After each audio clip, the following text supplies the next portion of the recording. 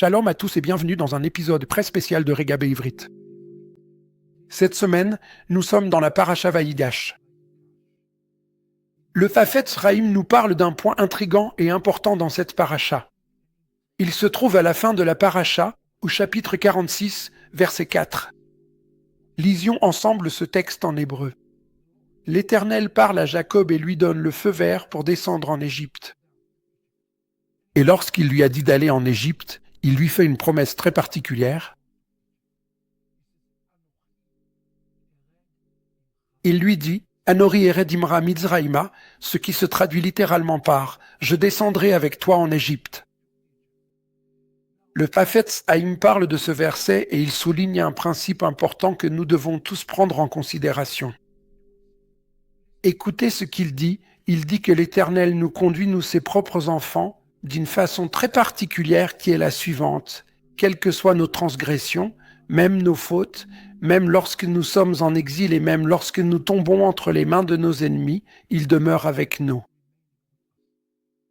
Comme il est dit, jusqu'à ce que nos cœurs soient entièrement circoncis. Et dans ce contexte, il a cité le Lévitique. Chapitre 26, verset 41, ainsi que Deutéronome, chapitre 4, verset 30. Écoutez ce qu'il dit. Il dit qu'il garde cette attitude envers nous, même lorsqu'il nous a permis d'aller en Égypte autrefois ou de partir en exil, et lorsqu'il nous cache sa face. Il est toujours là. En réalité, il marche vraiment avec nous à chaque instant. Il est avec nous dans la galoute. Il est avec nous dans l'exil, afin que, Dieu nous en préserve, nous ne tombions pas et ne périssions pas. C'est la raison pour laquelle il dit « Anori ered imra Mitzrayma ». Le Fafetz Sraïm a mis cela en rapport avec ce que disait le prophète Ésaïe au chapitre 43, verset 14, qui dit « L'maorem shalarti bavla ». Qu'est-ce que cela signifie? Dieu part-il en exil? Dieu peut-il être exilé? Nos sages expliquent dans le traité de Megillah 27b que Rabbi Shimon bar Yochai a dit « Oh, combien Israël est précieux !»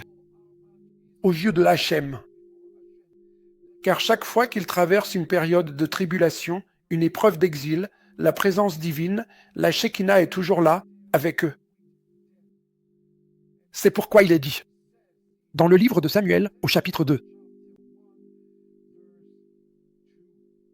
verset 27, Aniglo nigleti el bet avira beyashiotam bimitzreim.